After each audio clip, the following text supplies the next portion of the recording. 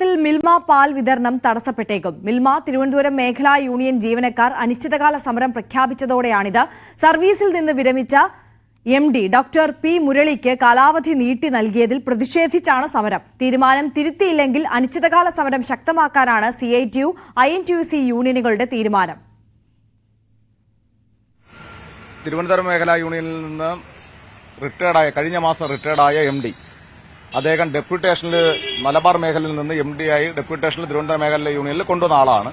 അദ്ദേഹം കഴിഞ്ഞ മാസം 58 വയസ്സ് പൂർത്തിയായി അദ്ദേഹം സർവീസിൽ നിന്ന് വിരമിച്ചു.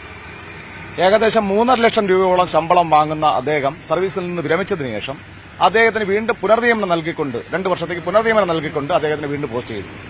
അതിനെതിരെയാണ് സംയുക്ത യൂണിയന്റെ നേതൃത്വത്തിൽ നമ്മൾ പണിമുടക്കിലേക്ക് പോകുന്നത്. സമരം താഴെത്തട്ടിലുള്ള പാൽ ഉപഭോക്താക്കളെ വളരെ ബാധിക്കുന്ന ഒരു വിഷയമാണ് സമരം. നാളെ 6 മണി മുതൽ പാല് സപ്ലൈ ഉണ്ടായിരിക്കുന്നില്ല. അപ്പോൾ സ്വാഭാവികയും ജനത്തിനെ ബാധിക്കും.